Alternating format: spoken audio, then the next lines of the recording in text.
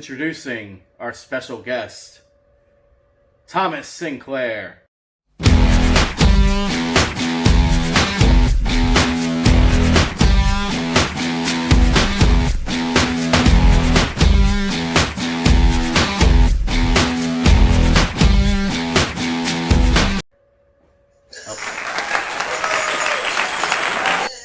Now, this is actually a really cool guest. Since this is going to be our wrestling episode, I finally get one because nobody likes wrestling like I do, so I can never talk about it.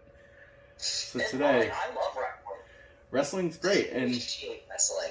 and you actually have a pretty cool background in wrestling. Yeah, I was a professional wrestler on the independent team throughout the Midwest and a couple places in Canada for 12 years. Dang. So what got you really started into wrestling? Let's see. I was born 2 months before their first WrestleMania, and I get told the story that my uncle sat down and was watching the first WrestleMania at age 6 with me on his knee. So I don't think there's been a time where pro wrestling had not been in my conscience. When I was a kid, I really loved Randy Savage and Roddy Piper, and I grew up, and by the time I was 10, Eddie Guerrero was making his TV debut on WCW, and I fell in love. And my entire childhood, from 10 on up, like in my early childhood, I wanted to be either Indiana Jones or like Superman or Batman or Godzilla. And teachers told you can't, archaeology's not like that, and then you can't be a superhero. So I picked the next profession to obsess over where I could be in tights. Ballet, of course. Not the kind of dance I was actually trained in. But I always gravitated towards comedy and professional wrestling and writing and professional wrestling, and I always view pro wrestling as storytelling at the end of the day. So for me, at the age of 16, I Googled wrestling schools. Not even Googled, I think I used Ask Jeeves. That's how I know your age. Yeah, I'm 35, so I've been around. At 16, I Googled wrestling schools near me, and I'm from the Midwest, Chicago, Illinois, and I found Windy City Pro Wrestling, and I got their pamphlet mailed to me, and it was filled with all these promises that were going to be real. And then I remember on my graduation day, my mom taking me to graduation, going, "I'm kind of surprised we're here today." And I looked at her like, "You didn't have faith that I could graduate high school?" She's like, "No, I knew you could do this. I'm just amazed you didn't drop out and start pro wrestling the second you got that pamphlet." And I wouldn't even start pro wrestling until almost 2 years later. I would join the United States Army, go to basic training, the IT, and spend time in service, and then go into the reserves before I would even start my pro wrestling training. All right. So what made me get into pro wrestling, what made me honestly get into pro wrestling was Eddie Guerrero, not just watching it. At 19 years old, after I went to basic and AIT, I went to a WWE house show. For those who don't know about wrestling, house show is an event. No, it wasn't even a house show. It was a taping of SmackDown. But a real venue. I just wanted to see anything dealing with wrestling. And I was at the venue, what was called the Metro Center in Rockford, Illinois. I think it's the BMO Harris Bank Center now. And I was walking around, and the Big Show stepped out of the arena to smoke a cigarette. I don't know if you know who the Big Show is. For your listeners who aren't pro wrestling fans, the Big Show is a 7'2", 500-pound giant of a man. And he has a Netflix show now. 5'8". No, he's not actually. But did you see his Netflix show?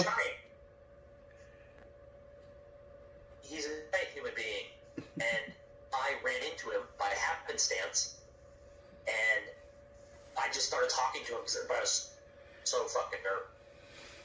I shook his hand, he shook nervous. Because his hand just consumed mine. Yeah. And we were talking, and he's like, "Who's your favorite pro wrestler?" And I'm not, like, the obvious would be just saying Big Show to Big Show, but I'm like, no, Eddie Guerrero. And happenstance, Eddie Guerrero used to ride lowriders to the entrance. Yeah. And they were pulling in the rental lowrider that he was going to drive that night. And he goes, "Watch this." And he kicks the door open. Well, he throws the door open to the BMO Harris Bank Center and he goes, "Hey, Eddie, your Lolo's here." And like a kid on Christmas, Eddie Guerrero bolts out of the door, looks over nearly falls over the guardrail, looking at this lowrider, loses his mind for it. He's so happy. He's like, "I get to drive that." And I get to see this, this joy in the guy who I have looked up to for this time 9 years.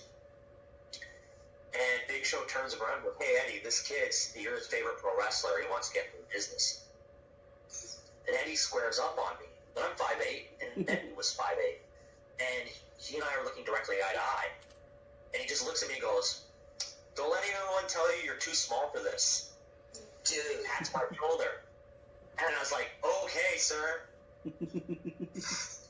And the next thing I know, my mom was taking me on my 20th birthday to sign up for Windy City Pro Wrestling School. That's That's so cool. awesome. That's like an origin story out of a comic book, dude. Holy shit. I'm actually genuine Something smile. that I realized I had to do after that. For real, man. Like, the universe worked in your favor that night. Holy shit. That's so cool. Unfortunately, I would get trained by Steve Boz,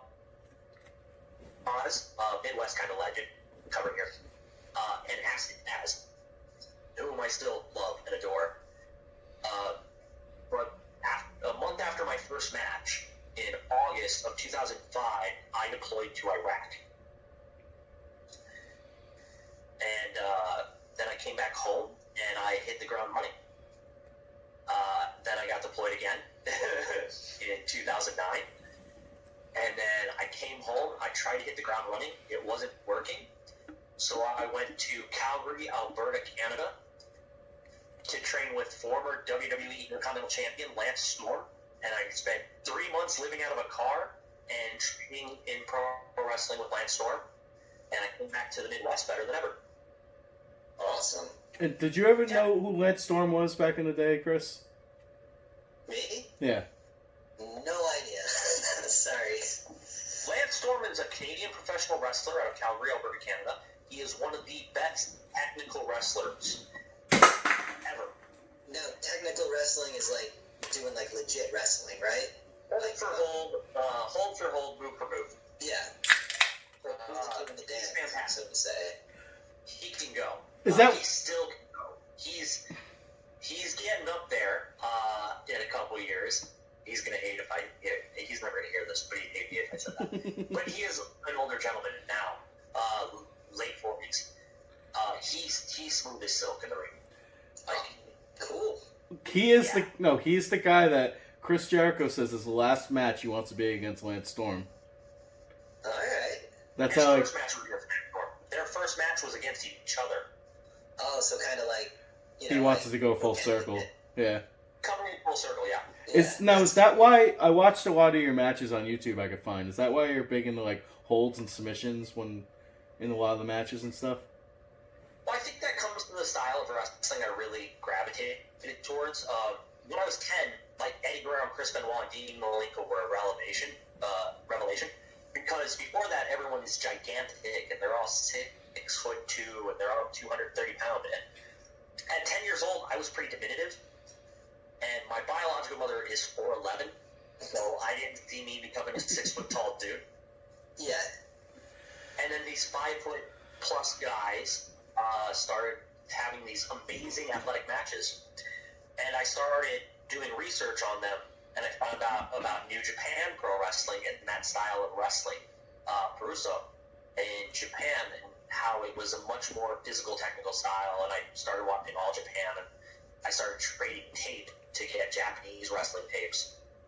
But really, there's this one match that totally shaped how I wrestle, and it wasn't the Lance Storm. When I think I was 11, and I think it's Great American Bash 1996. Rey Mysterio Jr. is debuting against Dean Malenko. I was watching it with friends, and Rey is doing all this really cool high-flying stuff, and he's even smaller than what I thought I would be. And my friends are losing their flying stuff, and I was pretty blown away because it's revolutionary. But at some point, Dean Malenko wrapped his arms through a guardrail and then kicked the guardrail and totally did Rey's arm and spent the rest of the match just breaking down his arm. I think he actually won with an armbar in that match. And I'm like, I want to be that guy. Yeah, the guy who like has a plan and is like a surgeon about it. So that was more of like also Chris Benoit, right? That was how Chris Benoit used to no. wrestle, right? Exactly. Yeah. And also, Dean Malenko looked like Humphrey Bogart, and I've liked the movie Casablanca since I could remember. So, the short, angry Humphrey Bogart looking dude who broke people's arms, I'm gravitating towards. I am gonna put a little pin in this. Your video isn't showing. On my end, it is. On my end, it isn't. I don't know what to do. Do you want me to... Let's see if I turn video off and restart it. Yeah. I just didn't want to interrupt you during that because I was Chad going also has a shitty laptop. Yeah. No worries. I'm actually working on my writing laptop, which has no power compared to my digital one for digital photo video editing. Yeah. So... Chad's is like a MacBook from 2005. But it's got a better webcam than my... it's got a better webcam than my video editing one. Yeah. Do you see him, Chad? Any better now? No.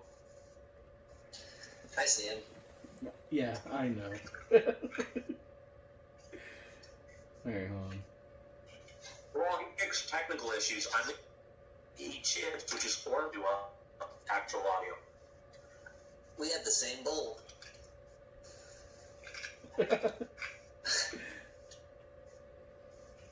Is he back? No. Actually, Chad. What's up? We see you.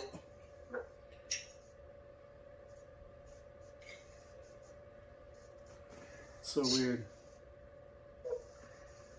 This is how janky our operation is. This coronavirus thing fucked everything up. Oh man, it was so much easier filming in the studio. If we had one person on Skype, it'd be okay. And we could be using my laptop, not yours. This would be so much easier.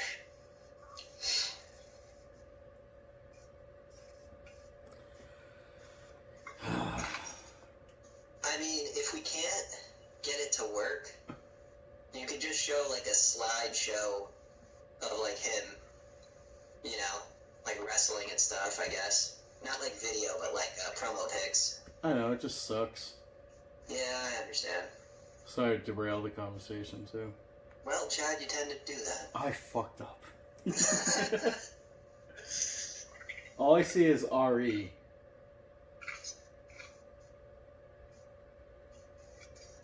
It says RE? Yeah, it's weird. Weird, because mine had always TS. I'm guessing it's for the reimagined. Yeah.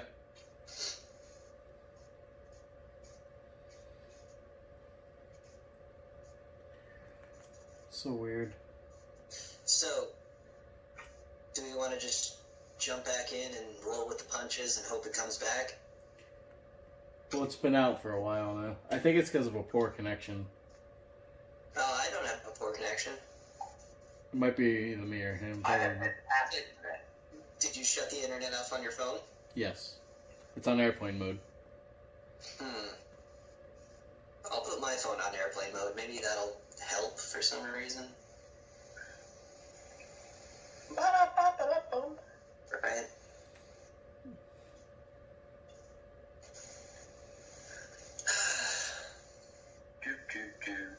Well, while we're doing this, I'll just say, The only wrestling I've really ever watched was stuff when I was like too young to really understand what was going on. I watched a documentary. I always liked Mankind. I always thought he was cool, so I watched the Mick Foley documentary and thought that was amazing. And that's kind of what kickstarted me, or inspired me to watch that Lucha Underground show. Lucha Underground was amazing. Dude, it was so good. And then I was like, that's when I fell in love with the idea of a high flyer. And I was like, yo, I want to be a high flyer, but I'm like 25, so I'm already like, Joined pro wrestling at 32. But he's also a giant of a man in Detroit. I'm 5'6". Woo! You kicked him out, Chad. Hold on. I'm calling him again.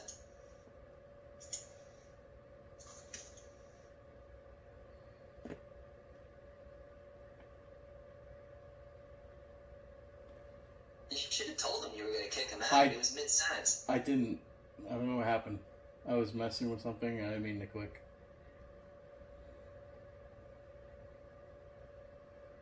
You need a new laptop. Hello? Yeah, I'm here. Sorry, dude. Now, can you see him, Chris? I can see him.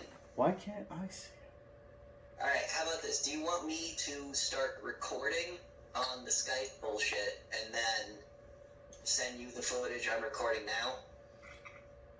It is totally up to Tom. Yeah. It's up to you guys. I'm good. Do you care if your face isn't on the thing? I could put a picture of you and be like, this is who's talking. That's fine by me. I just feel bad. How about I record, you keep recording, and then whoever's footage is better will either do the beginning of your footage cut into mine, or we'll just do yours the whole way through with the picture. Alright. That sounds reasonable. Alright, cool. I am legally obligated to tell you I'm recording. You are recording, I understand. Alright, cool. I am a sound-minded body and can agree to that. Alright. Hey, and do you have any idea where we left off? I believe I just got finished telling the story about Dean Malenko breaking our Raven's Scared of R. And then I said something about you loving the idea of a guy who goes in with a plan and is a surgeon, and then you started talking from there. Yeah. So whenever you start recording, I'll go on. Oh, we're recording. 40 seconds in, so just start a sentence, man, and we'll go. Yeah, no, I like the idea of a man with a plan because they're students of the game. And that's one of those things that are always talking points when I was a kid on commentary with someone who studied tape and watched their opponents and knew what to look for. And I always liked that because that's what professional athletes watch tape of the other competitors, watch gameplay, want to know what they're going up against. And that just made sense logically to me. So I wanted to be that. And that's pretty much what I worked to become. I actually did. Going into matches, I always watched tape of my opponent because I wanted to know what they did, how to make that look good, and also how to help them be better. Yeah, because the phrase "wrestling is fake" is bullshit in my mind because it's not fake, but it's staged. All right. Yes. So like you were saying, you do want to go in and make the other guy look as good as fucking possible. So the fact that you're sitting down and watching them wrestle, and then do you guys talk before the match? Like how much planning? I guess is my question. It depends on the guy. There's a bunch of guys in the business now who like to do more high-flying moves, and you have to be prepared for all that, so a lot of big things talked out beforehand. If I have a guy who wrestles more my style, we will go out there with bare bones in mind, and I know their stuff, they know my stuff, and we can just go out there and call it on the fly, and I like that because then it's just straight improv. Yeah. But it really depends match to match and who your opponent is and how comfortable you are with them. Interesting. One of my favorite opponents is by the name of Isaiah Velasquez. And while Isaiah does like to plan out the great majority of things in the match, he always left doing and calling his spots to me because he trusts me in the ring. and we knew each other so well that I trust that man with my life. He's my best friend in the world. You kind of have to when you're wrestling. Oh, you do. Every time you're in the ring, you're trusting someone with your life. That's so cool. It is. I always get mad about the fake thing for the sheer fact that no one's ever called Jackie Chan fake. Exactly. No one calls Bruce Lee fake. Or Jean-Claude Van Damme. Because it's the same skill set. I still have to be an athlete. I still have to be able to pick up and carry everyone up in the ring with. To be fair, they have called Jean-Claude Van Damme fake. True. Yeah, but Jean-Claude... No, I know. He's not fake. He's amazing. He's my favorite. Well, I take the crap out of a lot of the people that call it fake. If it was fake, then I could enter the ring today and, win a match. Me being 5'6", 130 with no muscles, never worked out a day in my life, but, I'm not going to be able to jump off the rope and aim that moonsault perfectly. I'm not going to be able to lift a dude over my head. I'm not going to be able to take a choke slam properly, Well, it's like the same people that like Fast and the Furious. Oh, but that's all. It's a movie, blah, blah, blah. Yeah, but how fake is that shit? You watch wrestling, it's for your entertainment. Don't compare wrestling. No, but I just hate it when people are, obsessed with Fast and Furious being like... Totally. No, it is. Pro wrestling is a weird thing. A lot of times, stuntmen don't have to act. Yeah. Professional wrestlers not only have to be actors, they have to be improvisational actors. Yeah, 'cause you gotta work with the crowd and everything, and a lot of the time, right? The crowd is half the fucking match. If you can get the crowd screaming, your name and chanting for you and counting out every punch you throw, it's so cool. Or in my case, chanting for the other guy. Exactly. You fucked I up. will lie people down until that they're all in. It's weird. There's a lot of correlation between it and stand-up. The only difference between pro wrestling and doing stand-up is you're getting hit while it's happening. And it's all about getting the reaction you're trying to get. Some stand-ups get bottles thrown at them. It's kind of the same thing. It's never happened to me in stand-up. You stand up? I did stand-up for 5 years in the Chicago area. Oh, wow. I still haven't had to take the plunge. I'm a built performer. That's what I do. I'm very terrible in a crowd of people. I'm very good in front of the people. But no, my pro wrestling, that's why I wanted to get into it. I wanted to tell those stories, and I wanted to have that kind of theatrical presence. Yeah.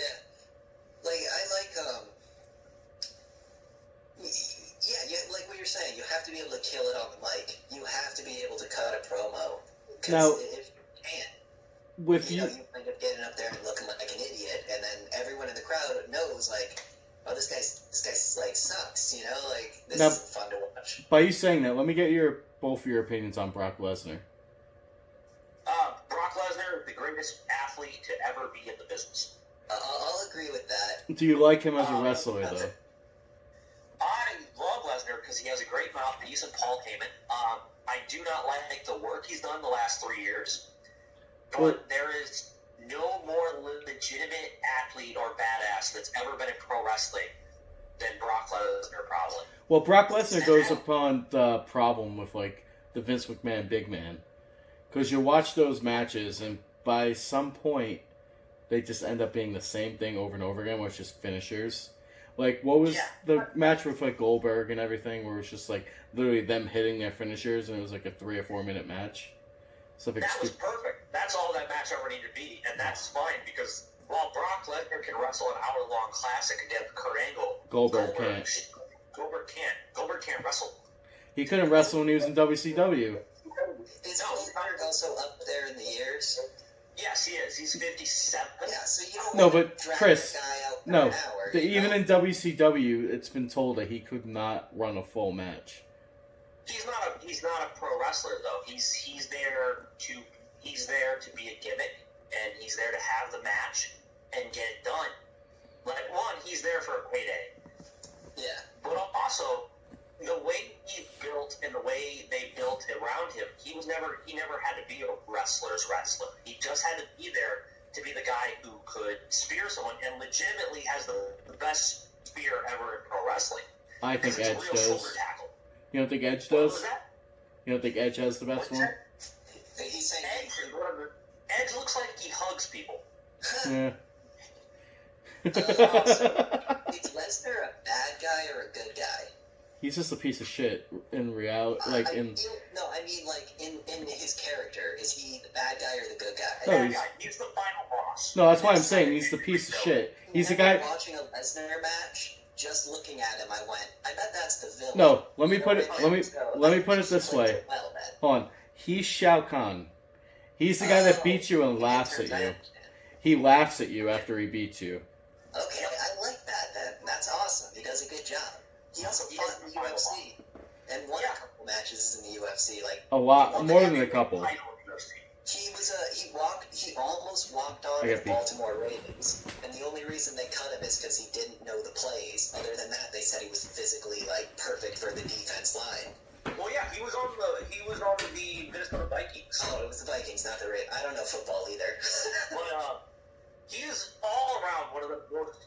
He's an incredibly explosive and powerful athlete with unheard of agility for a guy 6'4" and nearly 300 pounds. And most of the stuff he did in his career that people talk about, like great wrestling in the early 2000s, he had diverticulitis for. So he had never been at a full 100% of his health. Which is to say, he is an incredibly powerful genetic freak. He's a once-in-a-lifetime athlete. If he was at 100%, it'd be like fighting the Terminator. Like you're just He would murder everyone. That's so cool. So no, I don't have any issues with Brock Lesnar. I have issues with how they booked him and how they failed to get the result they wanted the first time, and they kept going back to it. I just hate how they make the unstoppable wrestler. That's my problem with big man wrestlers. Well, the problem with it is, here it is. Back in the day, the unstoppable wrestler only had to get beat once. But because of how they booked everything nowadays, Brock Lesnar got beat multiple times before the big payoff beating happened. So it didn't have as much use or an effect on people. An impact. Exactly.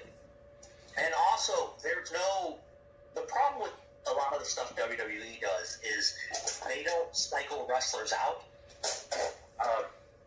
So there's no real end to their stories because they don't let someone leave the company for a while and then come back. Since they're going to be there the next night on Raw after pay-per-view, they're still there. Why wouldn't they keep fighting? And then the problem they keep having is they go back to the same matches time and time again. Now, do you follow any WWE going on right now? I know what's happening on the shows. I do not watch WWE television. I find it to be dull, and right now, especially right now, I find it to be very unnerving. Now, one of the wrestlers that you're talking about, it's the name he's going. He won King of the Ring, so now he's going by King Corbin. Baron Corbin. Baron Corbin. Thank you. That's his real name. But the King, they literally had you probably know, but you don't know, Chris. They literally had him. They had him covering Roman Reigns and dog food, and just stupid shit like that. And he's like, that would not end. Yeah, it lasted way too long to the fact that Roman Reigns ended up covering him with dog food, and they had multiple main event matches that just shouldn't have happened. See, the problem with WWE is Vince is like, that's funny. Dog food's funny. Let's do this. Is it Vince or is it the writers? No, it's Vince, because Vince... Oh, no, the writers cater to Vince. Everything goes through Vince McMahon. The problem with Vince, too, is, literally the night they're filming, he'll change the storyline on a fly. Yeah, that's what I heard. So I used to listen to this podcast I listened to ended. It was the 10-minute podcast. I don't know if you ever listened to it. But in its death knell, they brought on Tommy Blacha, who used to write for the WWE. And this is where all my wrestling knowledge comes from, basically, is hearing him give, insider stories and shit like that. And he came up with the, what is it, the one where you're going to climb the ladder and grab the briefcase full of money and shit. Money in the Bank. Yeah, and the hardcore belt where at any point in time you could get challenged for it. The 24/7 belt. Yeah, so he came up with all that stuff, and he would just talk about, like, insider shit, and that's where all my knowledge comes from. And it almost seems like Vince was catering to him at that point in time. But then eventually he got fired for creative differences, so I guess not. No. Everything in WWE under their banner is under the guise of Vince McMahon. Now, is Vince going insane? Is that why it's falling apart? Because I remember it being, like, the biggest thing in the world. I honestly think he's just out of touch. He's just getting old. Well, it's easy for Vince to get out of touch. Here's the thing. I read a lot of sheets. I get a lot of video conference. I have people that work. I have friends that work for WWE. I never asked them about working there. It's none of my business. That's their work environment. If they wanted to talk to me about it, they would. I'm not going to pry. From the way I take it, and this is from reports like Dave Meltzer and them, Vince McMahon, Jim Ross went on it. Vince McMahon doesn't watch television or movies. That's so weird. He doesn't. He eats, sleeps, and breathes World Wrestling Federation. The World Wrestling Entertainment is Vince McMahon. It's him. I don't know if that's good or bad. It's bad. It's that simple. It's bad. It's bad because he's cutting himself off from culture, but it's great that he's focusing on the thing he likes. Yeah, but it's bad. It's bad when you get just so close-minded on one thing. Alright. Where I heard. Is it true he doesn't watch other wrestling companies? He just watches. No, he doesn't watch anything that's not his product. Okay, Yeah. that's kind of stupid. Yeah. Because, well, here's the thing. Vince McMahon doesn't really like pro wrestling. He likes WWE. Because it's his. Exactly. That's why he wanted the muscle man. He wants what he wants. Now, I'm getting it. He's a third-generation promoter. He's been running the company through these major boom periods, and the problem with that is, in those boom periods, there were many different artists, many different chefs adding to the stew. But the only person who stayed around is Vince McMahon. So the only person for Vince to pat on the shoulder and pat on the back is himself. And then the ego. Exactly. He, as I take it, and this is only my opinion, it seems that the man has developed an inferiority complex compared to other promotions, whereas he doesn't care what works somewhere else. And because his vision of WWE has always been successful. So why is it? He's obviously the greatest mind in pro wrestling if everything he's done has been number one. So, a quote that I think explains Vince McMahon comes from that show, The Boondocks, where the Lesnar character goes, "This is America. We keep doing the wrong thing till it's right." Is that how you can say Vince McMahon is? It's like, no, this is WWE. We'll just keep doing it wrong until it's right. Well, a lot of the most successful things that have happened in the last 10 years have kind of been in spite of his plans. The recent run for Kofi Kingston a year ago, the run for a wrestler named Daniel Bryan 5 years before that, they were really in spite of him because fans would not stop being vocal. They eventually had to give people what they wanted to get a response they wanted. Who was the guy they were pushing against Daniel Bryan? Well, the guy they were pushing in spite of the crowd is named Roman Reigns. Yeah, they were pushing Roman Reigns, but because Daniel Bryan was just, like, good, the fucking fans loved it. Well, he was more charismatic to the crowds and everything. But he had his yes chant and all that stuff, so it built to the crowd getting hyped about the matches and stuff. But isn't that half of wrestling is getting the crowd on your side or against you? But in professional wrestling, yes. In WWE, no. Yeah, it's so bizarre. Because if you do something out of your own creation that they didn't plan for, they get rather upset, it seems. They punish people for this. Zack Ryder, who was recently released, Rusev, who was recently released, Aiden English, who was recently released. There was a whole swath of releases about 2.5 weeks ago that kind of shocked the whole wrestling landscape. Now, do you want to talk about? Do you want to talk about Dark Wednesday so you can put into perspective why I was so upset about it, Chris? Yeah, sure. We can talk about the Black Wednesday. Black Wednesday, thank you. About almost 3 weeks ago, World Wrestling Entertainment released 23 active performers, 11 backstage and crew talents, and then about half of their office staff in the 2-day period. Okay, so what's the backstage talent? What does that mean? Backstage talents include agents, producers. There are a lot of former professional wrestlers, retired professional wrestlers who help book people's matches. Okay. So they're a very talented professional who goes through and talks out the matches with everyone, explains to them what they want to see on camera, and talks them out through it so they can get a perspective of what cameras to live.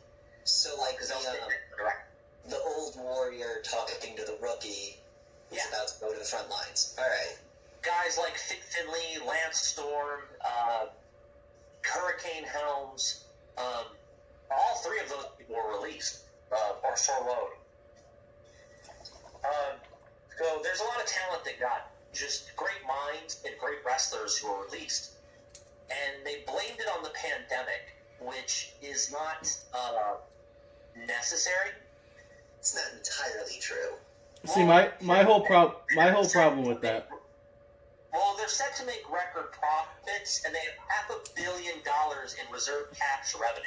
Well, that's what I was gonna say. They're gonna make either record profits or break about what they made last year, even more than that. Plus, Vince McMahon gave $1.8 million or whatever to the state of Florida to become an essential sport in Florida. Linda McMahon donated $1.83 million to the re-election fund of Donald Trump in Florida. And then 2 days later, the governor of Florida, who is Republican, who is on the board for the re-election of Donald Trump campaign, suddenly declared professional wrestling and WWE an essential service so they could keep filming. Just for WWE, though. Just with WWE? No, they can't do that. It's not legal. If WWE is declared an essential service, so does AEW. So would have AEW been able to find like a place in Florida to be able to wrestle, or would they have no connects to that? AEW totally has a place in Florida. They're owned by Tony Khan, Jacksonville, Florida.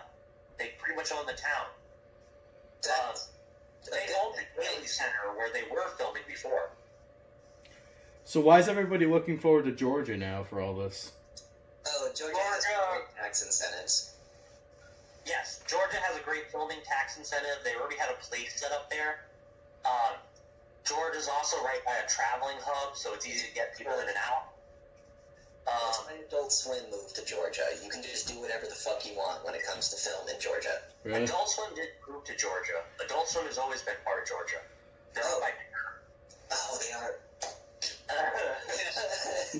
Adult Swim is part of Cartoon Network, which is part of Turner Broadcasting, which is part of Mayo. Adult Swim started doing the Made in Georgia at the end of everything out of nowhere, and I was like, oh, they moved to Georgia, you know? That's because Georgia started giving them a tax incentive to do that.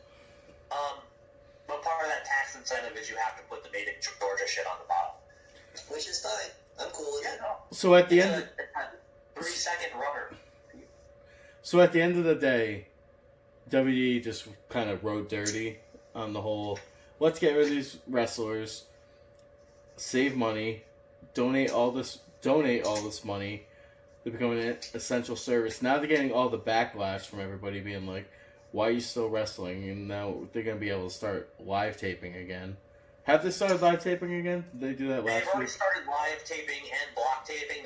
They're doing the. They were going to start doing live taping solely because Vince McMahon thought the networks were only going to accept live tape, but the networks actually are more reasonable people than Vince McMahon. Yeah. So now they're doing both, right? Yeah. So now they're doing a mixture. But the thing is, I'm going to tell you why I honestly believe they released people.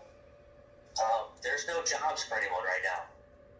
They hired all these people so they wouldn't go work for AEW or New Japan, and there's nowhere else for them to work right now. No one's hiring because the business is shut down aside from WWE, AEW, and like... That's exactly where I was going to go. The point where WWE has a problem with hiring all this talent, making it seem like they're gonna wrestle, and putting a lot of them on hold, having maybe squash matches here and there. And now all this stuff happens, and they're like, we don't need them. Nobody's going to hire them right now. So even AEW... Go ahead, sorry. No, that's exactly right. They really were competing for resources. They're trying to kill AEW before it could really get started by signing as many talents away as they could to long-term deals. So much so that a bunch of people re-signed long-term deals just last year for 5-year deals. And a lot of those people got released right off the bat because they signed big money deals. And what's the lowest pay yearly for like a WWE wrestler? Isn't it something stupid? No, I don't work for WWE. I don't know. I heard it's something like 70,000. Some of the. So since they signed the 5-year deal with WWE, and then they got released, were they released of that contract? Could that person then go wrestle for AEW? If those places were hiring, yes. Yeah, but the problem... No. There's a 90-day no-complete clause. So now this is my follow-up question. I mean, it's going to sound dumb, but how hard would it be to start a new organization? Extremely. Extremely hard. Look at TNA, look at Impact Wrestling, all that stuff. But yeah, that, I don't know, but like, why is AEW, I guess, doing so well compared to all these other ones? Let me put a pin in, let me just explain something right now. AEW is currently negotiating with Ring of Honor and New Japan to have partnerships to build their franchise up. To build the brand. Because AEW and New Japan actually have like a really good relationship where they share a lot of the wrestlers. Like John Moxley's Moxley's like the biggest champion. AEW and New Japan are on speaking terms right now. I thought they were with John Moxley and everything going there and all that stuff. No, that's AEW allowing it. John signed with New Japan before he signed with AEW. Same with Chris Jericho. New Japan was kind of burnt on doing anything with AEW because of the people in the elite, the Young Bucks, Kenny Omega, and Adam Page, just not re-signing new contracts and starting their own competing product because New Japan was going to expand to the West. They're starting to work connections there because of people like Chris Jericho and John Moxley, but for the most part, that's a non-deal. Well, the whole thing with New Japan going to the West is X now. They are working out a deal with Ring of Honor. What's Ring of Honor? Ring of Honor is an independent promotion that started in 2002 that is known as basically the King of the Indies. It does have a network television. It does have a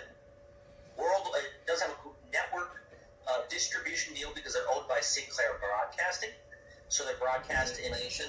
No, I'm kidding. No. I'm not a right-wing nutjob. God, I'll never work anywhere of substance with the way I talk about places. No, it's fine. No, this is how you build heat, bro, right? No, I don't care. I never want to work for any of those places anyway. They're all anti-union, and I'm a union boy. The reason AEW has taken off so well is very simple. It followed off the big promotion of the Young Bucks and Cody Rhodes. And the Young Bucks are probably two of the smartest marketers that have ever been in pro wrestling. And then they made a friendship and a deal with Tony Khan. Tony Khan is a very big pro wrestling fan. His family owns the Jacksonville Jaguars. They have a sizable amount of money. That's to say it. They have more money than Vince McMahon. Oh. So smart. And you have money lacking a company. So they've got a network, so they've got a major cable deal with TNT, with Turner, which is AT&T, which means they have international distribution rights. Okay. So they started off hot. They started off on an amazing foot with, billionaire money and the ability to hire some really great, new, and completely unique to what WWE has talent. So they basically... It's not so much right place, right time. It's more like they were waiting, boom, you know, like saw it and like win it. It's a capitalization of both. Yeah. Right, that's it. Tony Khan, who is an incredibly smart businessman, and then you have the Bucks and Cody Rhodes, who really understand the pro wrestling zeitgeist as it exists today with the internet. Oh, yeah. So they're cabinet. I also noticed, this is kind of off topic, but my boy Pentagon Jr. is in AEW. Yes. And I was like, oh, I'm glad he's still doing it, you know? Like, that was just one of those moments where I was like, I remember watching Breaking Dude's arms. Right now, he's wrestling as a tag team with his brother Phoenix, and they're an amazing tag team. Oh, wait, they're actual legit brothers? Yeah, they are legitimately brothers. Oh, I didn't know that. That's so cool. But I really think they thrive best as singles competitors, and especially against each other. But we'll see if that happens in AEW. Like, I remember that story arc in Lucha Underground where Pentagon was being controlled by some dark guy who turned out to be Vampiro or whatever, and he was just going around breaking everybody's fucking shoulders and shit like that. And I was like, that dude's cool. Oh no, Pentagon's awesome. And his fucking face paint and everything, man, he's so cool. He's rad. It's just one of those things where I'm always entertained to watch someone who has a character and knows what they're doing, which is weird. I'm not really a fan of Lucha Libre, right? Big fan of luchadors who can transition to working in the West. Agreed. I'll agree with that. Bit more story. Well, not the West. They're part of the West, but who? I know what you're saying. Western style wrestling. Who wrestle American style. Let's just say that. Yeah. Who can wrestle within an American style and bring lucha flavor to it, because I like people with versatility, and I find American or Japanese storytelling in wrestling a lot better than Lucha Libre. Yeah, Lucha Libre seems to be more about like crazy storytelling, like honor and stuff like that. And it's all about the matches are really ridiculous. Like they let women fight men and shit like that. Oh, no, that's fine. That's fine, but like they they build it up to be like, dude, watch this chick get wrecked, and you're like, I don't really. Yeah, but indie wrestling has a lot of women wrestling men and all that and stuff. that's fine. Yeah. Like Masquerita Sangrita, like goes in there and he fucks people up, and I'm like, that's super cool. Like I like Hold on. this. Can I ask you a quick question, Tom? Yeah, you can ask me. That's kind of the point of me being here. Yeah. So, No. now being an indie wrestler, is it hard trying to be like there for wrestlers that maybe are not up to your skill set? Because I've watched a lot of indie wrestling where sometimes like a lot of the moves, it just kind of looks like people falling into each other. It's the thing with indie wrestling is it's a mixed bag. I love independent professional wrestling more than I love big ones. If you want to watch like really entertaining wrestling that's completely different than what's on TV, subscribe to Internet Wrestling TV, IWTV.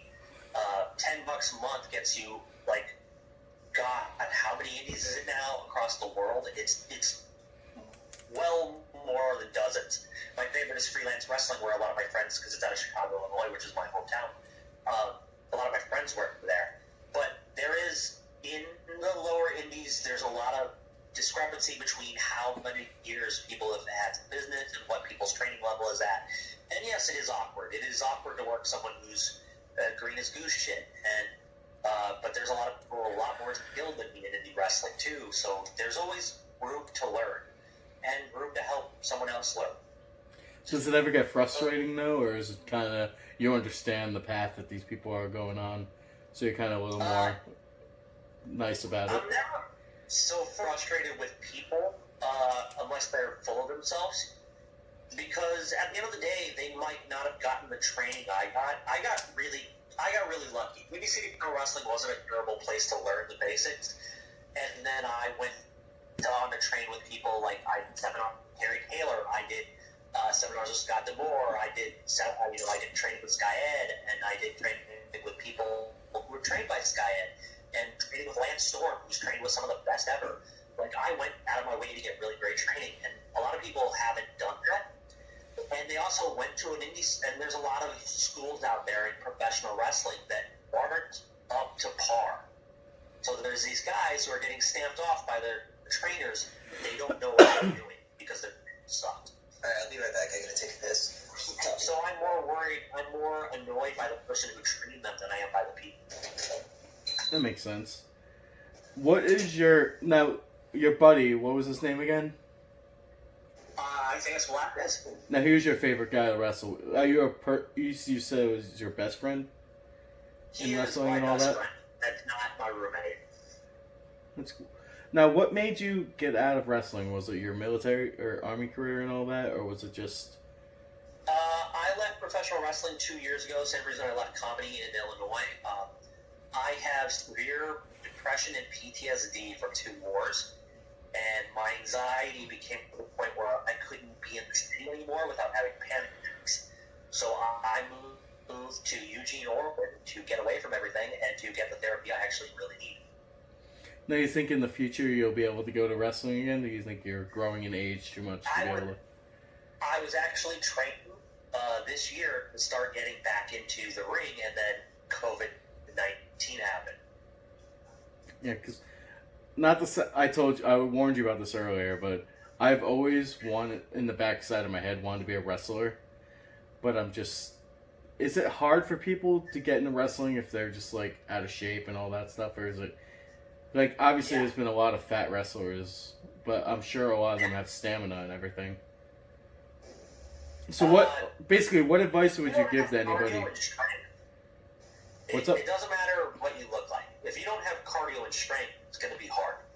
Yeah. It's going to kick your ass. It's going to kick your ass regardless. I was fresh out of basic training in AIT when I joined pro wrestling, and it kicked my ass. So I was up to Army standards for my physical health and my athleticism, and pro wrestling training still kicked my ass. So does that give you more of an appreciation for people like Mick Foley and stuff?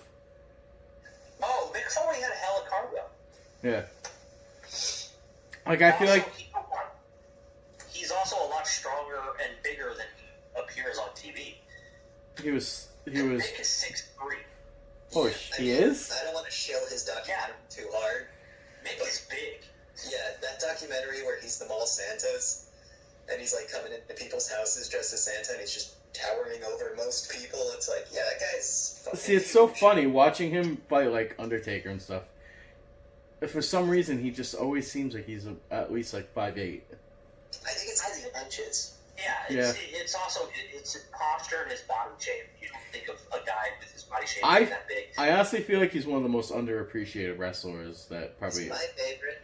He's a fucking amazing wrestler. Like the theatrics he put on, even like the hunching, making people think things, the bang and Dude Love and everything. He's a character actor. Yeah. He was great. He's fantastic. Who was your favorite Mick Foley wrestler? Mankind, Dude Love, or Cactus Jack? I'm a big fan of Mankind. Mankind? I think because what he did at Mankind is amazing. I think Dude Love might have been my least favorite, but Cactus Jack. I quote Cactus Jack the most. Oh, man. It's my favorite, like, if I tell a shitty joke and no one laughs, I just go, bang. You know, it's just like... And Mankind also had one of my least favorite wrestling moves, the Mandible Claw. It was nothing, really. The only reason he made it good is the Mississauga. And when I was a kid, I used to make Mississaugas all the originally time. had a leather glove that only covered the 2 fingers. Yeah. But it's a legitimate nerve hold. You can really mess someone up with it. I know. But even like wrestlers are trying to do it now. There's another wrestler I forget, and then there's Britt Baker in the AEW trying to do it. Britt Baker does it amazing. Yeah. Because the way she traps them. But also, Britt Baker knows where the nerve for it is because she's literally a dentist. Yeah, Chris, you would love it. Her whole shtick is she's a dentist. That's her wrestling. It's not her shtick. She legit. No, she is a legit dentist. But she played. When people talk to her, she's like, "Excuse me, it's Dr. Britt Baker." I like that. That's such. She legitimately has her PhD. She has her doctorate. And she became a heel too, so she's been cutting some sick promos. Oh, she really hit her stride recently. That first promo she put out, Like, they literally, like, cut the camera out, and Jim Ross was like, alright, it's enough of this. And everybody, like, just fucking ragged on her. But the next week she came out, or the next, like, week or two, and she fucking killed it. So she's probably one of the best heels in wrestling right now, in my opinion. So, without a doubt, next to MJF. Oh my god, MJF? No, Chris, can I just tell one story with this? I'm sorry for interrupting you. Hey, man, this is all you guys, dude. I'm just here to observe. Dude, this whole coronavirus thing, MJF hasn't been wrestling.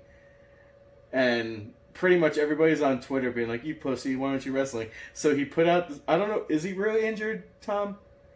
He is not. He's not injured. Alright, so he's been out on wrestling, and everybody's been like, oh, you pussy, why aren't you wrestling, blah, blah, blah. So he's put out a thing saying he was injured. And the whole thing of him being injured is they ended up having like a big video he put out at his house and everything. He's like, I have a hangnail. And he was like in a sling and everything and acting like all dramatic for it. No, every week it's a different injury. It's a new injury. And my daughter loves him because there was this one part where the Young Bucks throw him into a pool. So every time she sees MJF, she's like, the pool guy. My daughter's starting to get into Riley's starting to get into wrestling, which I'm so excited for. If I could get her and my new son in the wrestling, I'm gonna be so happy. Because Patty hates it. She hates wrestling. Now, I want to talk about fake, like in the movies, wrestling. Specifically, the movie The Wrestler. Like, how true to like the indie circuit is that movie? It's obvious, super dramatic. As when it came out. When it came out, it was pretty fucking accurate. I don't think there's as many old timers from that generation in the indie scene anymore. Unfortunately, the pro wrestling from the 80s, there were a lot of guys on a lot of substances they shouldn't have been on. Yeah. And it led to a lot of premature deaths. And back in the day, we used to have more of those guys on the independent scene, but now they're pretty much there for autograph signings. They've kind of aged out of being in the ring. But no, Locker really changed a lot too. They're not so Foley. Growy. I remember a lot of us muscular dudes, like, you know. Well, even the muscular dudes nowadays are all nerds. Well, there was a comment from, I don't think it was Hardcore Holly, it was one of the other very old school guys being like, talking about one of the newer wrestlers complaining about like the bully mentality of old wrestling. And the guy literally came out with a statement being like, you would never be able to survive in old wrestling. You get chewed up and thrown out. Just because of how, like, Hardcore Holly was one of the main guys that I guess, like, just destroyed people. You know Hardcore Holly. Harley, the guy that put the bounty out on Hogan's leg? No. That's Harley Race. Yes. My favorite... Remember the Hardcore Harley match with him versus Al Snow when they went outside of the arena and, like, started battling in the snow and stuff?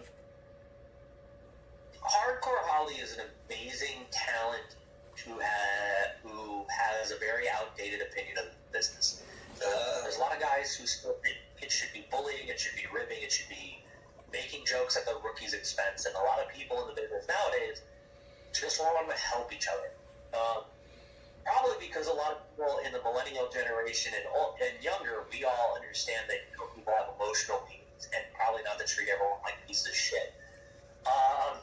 It's kind of like stand-up, where like stand-up 20 years ago was like the older guys fucking with the younger guys, but nowadays it's like the older guys bringing the younger dude to feature for them, bringing the younger guy open, you know? One of the best examples of this, too, is there was a match a couple weeks ago. Kenny Omega wrestled an unknown talent. I forget the dude's name. I feel bad for it.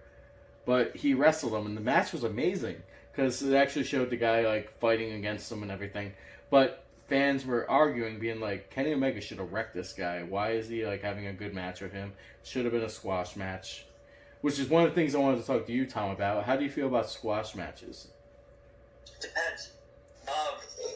It really depends on how you're establishing the character and what the talent is. I think a good squash match totally serves character basis and all that. And if it's a guy who's basically no name, but it's a chance for them to get on TV. There's nothing wrong with that. I think you run the problem when all you do is squash matches and there's no reaction for the person in the crowd because of its foregone conclusion.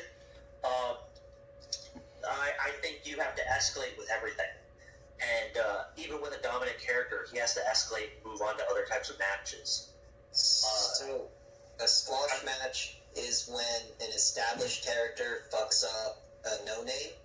It's the proof dominance, pretty much. Fuck up whoever. And it's basically the other person has no offense to little offense at all. They just lose outright because they're supposed to. Yes. Well, who the fuck wants to watch that? That's my point. I hate, my personal opinion, like the Kenny Omega match against that dude.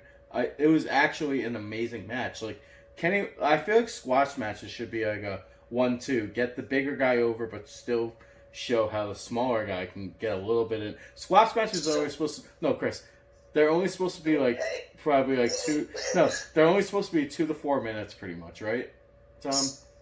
Yeah, or less. Yeah, or less. Like they're supposed to be quick matches, but everybody's mad at Kenny Omega for dragging the match out to like a full-length match for this guy that has only been on AEW, I think, twice. That was the second match.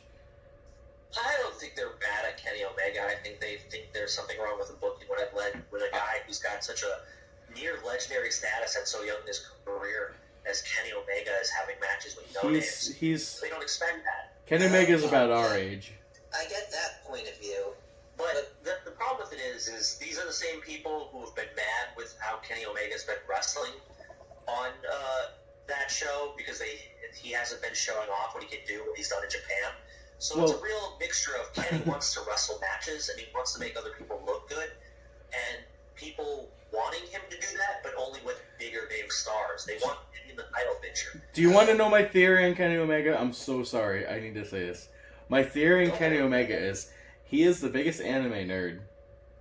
He is. So I feel like he is playing the Goku. He starts the match off where he evenly fights the guy, then at the end he powers up and just destroys him. That's a lot of Kenny Omega matches when he's not fighting like the big name wrestlers. So my thing with Kenny Omega, just based off what both of you have said, it seems like he's a guy who cares about the business. But not the business of making money, but just the idea of like inflating wrestling. Like, hey, here's this no name who's got some talent. Let's fucking show it off. Dude, he's a guy that literally almost. He's the guy who can show it off because he knows how to do it properly. Kenny Omega's a guy that almost gave up on wrestling. Then I forget who he wrestled, but he had a match where it just invigorated. It was supposed to be his last match, but it just invigorated his love for wrestling. That he started off and got bigger. The thing is, Kenny Omega is a performance artist in pro wrestling. He really is. That's what I mean. He enjoys the play. Exactly. And he wants to give the best performance. He wants to have the best matches, and he wants it to serve the product. And he's, pretty high up in the hierarchy of AEW. So for him, it's about serving the product and building young guys. I think the people who got mad at him doing that is unfounded. And if anything, it just helps them see a guy, and that's what he was putting eyes on somebody. So the people complaining about him are the same people that bitch about power levels in Dragon Ball Z. Well, Goku should have won instantly. It's like, come on. The problem is a lot of the people who are complaining are some of his most diehard fans, and they just want him to be treated like he's special and not just another wrestler. Yeah, but they gotta realize that Kenny Omega's the one being like, let's do this. Oh, yeah. Yeah, it's whatever. I wish, Tom, you would watch AEW more, because I want to have a wrestling show devoted to AEW. And Chris laughs at me all the time. So hard. He laughs at me all the time because he's like, I'm not going to watch it. It's just right now I can't dedicate the time to watching pro wrestling because I'm very thrown off by it. I'm a person who likes to talk to the crowd when I'm wrestling and really enjoys that back and forth. And with no crowds in attendance, it's very eerie to watch professional wrestling for me. I'll Dude, agree with that. watch the last Dynamite. If there's any way you can watch it, WWE is doing a weird thing where they're just doing a lot of promos, doing a lot of weird matches. AEW mixes it perfectly where the matches. AEW has like a lot of the rosters surrounding the ring, so you get kind of that crowd presence. They have the heels on one side and the good guys, I guess you could say, on one side. Faces. So, The faces, Chad, thank you. Chad, how much do they pay you to shill for the AEW? I have yet to see a check. I wouldn't mind doing a show on indie wrestling. Oh, no. I totally am going through... That's another reason I plugged Independent Wrestling TV. Yeah, you kind of sold me on it, I'm not going to lie. I'm actually going through a lot of back catalog for a lot of companies and finding new talents I like to watch and really going into in-depth on the independent scene because there's so much time and there's so much wrestling to watch on those services. It's phenomenal. Can I put one thing out there? I feel Yeah, like... Chris, you shut the fuck up. I feel like AEW is the biggest indie scene you could have right now that just happens to be on TV. AEW is not an indie. Yeah, they're not indie. No, but they're it on just TV. happens to be on TV. I don't know. No, the biggest indie that happens to be on TV is Ring of Honor. Alright, so this is something I used to... Oh, you're on the camera. You're back. I used to watch this when I was, like, in high school, and it was this indie scene in Boston where, man, my fucking, like, drugs, man, so, like, my memory sucks. But there was this guy, he would wear, like, a lab coat, and he had a cardboard box on his head, and, do you know what I'm talking about? Yeah, you're watching Kaiju Big Battle. Yeah, I loved that shit when I was younger. Yeah, Kaiju Big Battle is an experimental thing, and they did really cool stuff, and I think they're still working it out in the world. But the thing about indie pro wrestling is there's a lot of, like, this standout in indie pro wrestling, you have to be a character. Exactly. That's what I liked about the Kaiju Big Battle was it was all just like these weird costumes and elaborate things, and I was Speaking- like, This is a lot of freelance wrestling. No, Yeah. have you watched a lot of Orange Cassidy? Yes. Do you like him? Orange Cassidy's amazing. He is my favorite wrestler. Now, what you don't know, Chris, Orange Cassidy is the guy that does, like, he'll get in the match, he'll do, like, lazy hits. Like, he'll just, like, go, like, and do, like, little kicks here and there. But then when the shit goes down... He is quote-unquote the king of sloth style. Soft style. oh. And when he goes off, dude, he wrecks house. Which kind of makes me mad, 'cause I wish he would have a real match. Because this dude is amazing. So he's kind of like Drunken Fist, where it's like, oh, I'm drunk, that's why I'm Yeah, doing this. that's actually a pretty good analogy for it. If you want to see a lot of really amazing stuff from Orange Cassidy, you have to go and watch Beyond Wrestling. Yeah. Oddly enough, you can also watch Beyond Wrestling on Independent Wrestling TV. Listen, again, you have me sold on independent wrestling. It's a lot of Orange Cassidy matches are on YouTube. And it's only $10 a month. No, but It's literally the only subscription service I have right now. Orange Cassidy, since he's been on AEW, what's that wrestling name again that you just mentioned? Beyond Wrestling. Beyond Wrestling, he's been shitting out Orange Cassidy matches for free. Yeah. Trying to get views. Well, that's because they're also trying to bring attention to their product during this time. But Orange Cassidy was kind of the man there for a long time. Like, Now he's with the Best Friends. Do you know the Best Friends, the wrestlers? Yes, but I They're know my Chuck favorite. Taylor, I don't know Trent. Trent's amazing, dude. He is. He's a phenomenal athlete. He's- WWE's before releasing him. He's probably him and Chuck Taylor are my favorite tag team. And Trent could probably have a really good singles career. And they're trying to push that now. I think they saw that Trent has actually he's probably the most not to sound cheesy, but he's the most chiseled, the most I feel like he could be like a macho man kind of physicality with all that. Trent is ripped. I'm going to say this, and people are going to Chuck Taylor is one of the most natural, fluid people in the ring I've ever been in. And I love his comedic actions he has now. Dude, when he started in AEW, he was very soft. He didn't do a lot, but now that like his career growing in AEW, he's fucking gone full Chuck Taylor.